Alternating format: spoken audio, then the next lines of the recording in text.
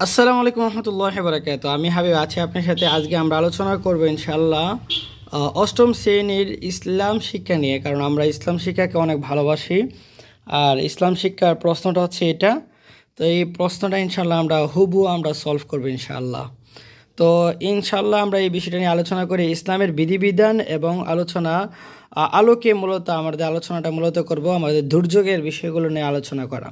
এটা মূলত সম্পূর্ণ প্রশ্নের মূল কথাই হচ্ছে আমাদের একটা বিষয়ের উপরে ডিপেন্ডেন্ট করছে, সেটা হচ্ছে আমাদের দুর্যোগ মোকাবেলা এবং দুর্যোগের সময় আমাদের কী কী কারণে দুর্যোগ হয় এবং কিভাবে আমরা মোকাবেলা করতে হবে সেটা আমরা যা খুঁজে পাই, এবং প্রথম বন্ধু যা খুঁজে পেয়েছে, দ্বিতীয় বন্ধু যা খুঁজে পেয়েছে, এই বিষয়টা মূলত আমাদের ইসলামের যে বিধিবিধানগুলো আছে সেই বিধিবিধান নিয়ে আমরা মূলত আলোচনা করব দুর্যোগ মোকাবেলার জন্য। সেটা নিয়ে আলোচনা করার জন্য আমরা কেন মূলত আমাদের দুর্যোগটা হয় সে বিষয়টা নিয়ে আমরা একটু আলোচনা করি।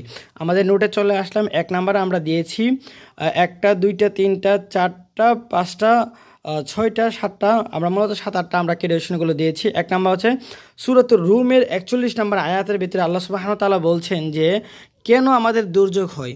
যে আল্লাহ সুবহানাহু ওয়া তাআলা বলছেন সূরাতুর রুমের 41 নম্বর আয়াতে বলেন যে জলে স্থলে যা কিছু করো না কেন তোমরা সব কিছুর জন্য তোমরা নিজেরই দায়ী। তাহলে বোঝা গেল যে আমাদের দুর্যোগ হয় একমাত্র আমরা নিজেরই মূলত দায়ী, অন্য কেউ আমাদের দায়ী নয়। 2 নম্বর সূরাতুল আশ-শুরা এর 30 নম্বর আয়াত আল্লাহ সুবহানাহু ওয়া তাআলা স্পষ্ট ভাষায় বললেন যে তোমরা বিপদ আপদে যখন মধ্যে তোমরা পড়ো তখন তোমরা কি করবা।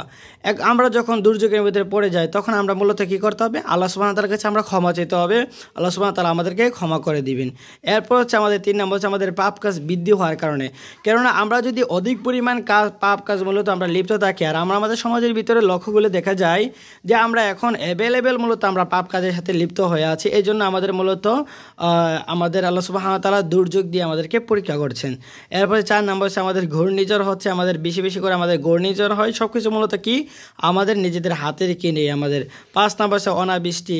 এই অনাবৃষ্টির কারণে আল্লাহ সুবহানাহু ওয়া তাআলা কোরআন কারীমের ভিতরে সূরাতুল বাকারা এর 22 নম্বর আয়াতের ভিতরে বলে তোমাদের অনাবৃষ্টির কারণে আমি আল্লাহ সুবহানাহু ওয়া তাআলা তোমাদেরকে ফসল উৎপাদিতের জন্য আল্লাহ সুবহানাহু ওয়া তাআলা আমাদেরকে বৃষ্টি দিয়ে থাকেন। কেননা আমাদের এই বৃষ্টির মাধ্যমে আমাদের একটা বিজ্ঞানিকের ভাষায় পাওয়া যায় যে বৃষ্টির পানির মধ্যে এক ধরনের ওষুধ পাওয়া যায়, যার কারণে আমাদের ফসল মূলত আমাদের ভালো হতে পারে। এটার জন্য আমাদের অনাবৃষ্টি হয়। আর এই অনাবৃষ্টি মূলত আমাদের কারণ হচ্ছে আল্লাহ সুবহানাহু ওয়া তাআলা আমাদেরকে পরীক্ষা করছেন। এরপর হচ্ছে আমাদের বন্যার জন্য আমরা একটা উদাহরণ আনছি সূরাতুল আনকাবুতের 14 এবং 15 নম্বর আয়াতের ভিতরে আমরা দলিল হিসেবে নিয়েছি। সেটা হচ্ছে নূহ আলাইহিসসালাতু ওয়াসসালামের জাতির দিকে আমরা উল্লেখ করা যায়। নূহ আলাইহিসসালাতু ওয়াসসালামের জাতিরা তারা মূলত তাদের কাছে দিনের দাওয়াত দিয়েছিল, কিন্তু দিনের দাওয়াত তারা অধিকাংশ মানুষগুলো মূলত দিনের দাওয়াতগুলোকে কবুল করে নেয়। আর এই কবুল না করার কারণেই মূলত তাদের উপরে কী হয়েছে ভাই, নূহ আলাইহিসসালাতু ওয়াসসালামের জাতির উপরে আল্লাহ সুবহানাহু ওয়া তাআলা বন্যার মাধ্যমে তার জাতিগুলোকে একবারে প্লাবন করে দিলেন এবং একবারে শেষ করে দিয়েছেন। সেটা আমরা সূরাতুল আনকাবুতের 14 এবং 15 নম্বর আয়াতের মধ্যে আমরা স্পষ্ট পাওয়া যায়। তারপর হচ্ছে 7 নম্বর হচ্ছে আমাদের মহামারী হয়। সূরাতুল ইবনে মাজাহ শরীফের মধ্যে 4019 নম্বর হাদিসের মধ্যে পাওয়া যায় মহামারী কেন হয়। মহামারী হচ্ছে আল্লাহ সুবহানাহু ওয়া তাআলা একটা পরীক্ষা করেন আমাদেরকে। আর মহামারী যখন আমাদের রূপ ধারণ করে কিয়ামতের আগে আমরা ছোট ছোট আলামতগুলোকে আমরা লক্ষ্য করলে পাওয়া যায় যে আমাদের সমাজের ভিতরে মহামারী রূপ ধারণ করবে। যেমন কয়েকদিন আগে আমাদের করোনা ভাইরাস হয়েছিল, সেটাও আমাদের মূলত মহামারীতে রূপ ধারণ করেছিলেন। এটা মূলত আমাদের হাদিস শরীফের মধ্যে পাওয়া যায়। কিন্তু এই যে ক্যালকুলেশনগুলো আমরা মূলত আলোচনা করেছি, সেই আরেকটা আলোচনা হচ্ছে আমাদের 8 নম্বর ক্যালকুলেশন হচ্ছে দুর্ভিক্ষ মূলত আমাদেরকে দেখায়। সূরাতুল আরাফের ভিতরে 94 নম্বর আয়াতের ভিতরে আল্লাহ সুবহানাহু ওয়া তাআলা আমাদেরকে দুর্ভিক্ষের কথা বলেছেন। যখন আমাদের বিনয় নম্রতা যখন আমাদের কাছে না থাকে, আমাদের অহংকার, আমাদের চুরি ডাকাতি ইত্যাদি আমাদের সমাজে যখন বৃদ্ধি পেয়ে যায়, তখন আল্লাহ সুবহানাহু ওয়া তাআলা আমাদেরকে দুর্ভিক্ষ দেখা দেয়। তাহলে দুর্ভিক্ষ দেখার আমরা 2টা কারণ পাওয়া যায়, জিনা ব্যভিচার, এরপর আমাদের চুরি ডাকাতি এবং সুদ ঘুষ ইত্যাদির সাথে আমরা যখন সমাজের মানুষগুলো লিপ্ত থাকে। সূরাতুল আরাফের 94 নম্বর আয়াত আল্লাহ সুবহানাহু ওয়া তাআলা এই কথাই বলে যে তখন আমাদের কাছ থেকে বিনয় নম্রতা যখন উঠে যায়, তখন আল্লাহ সুবহানাহু ওয়া তাআলা আমাদেরকে দুর্ভিক্ষ আমাদেরকে দেখা দেয়। আসুন আমাদের এই দুর্যোগ মোকাবেলার জন্য আমরা কি কি কাজগুলো আমরা মূলত করতে হবে, কেননা আমাদের প্রশ্নটা পরিপূর্ণভাবেই আমাদের মূলত নিয়েছেন দুর্যোগ মোকাবেলার জন্য।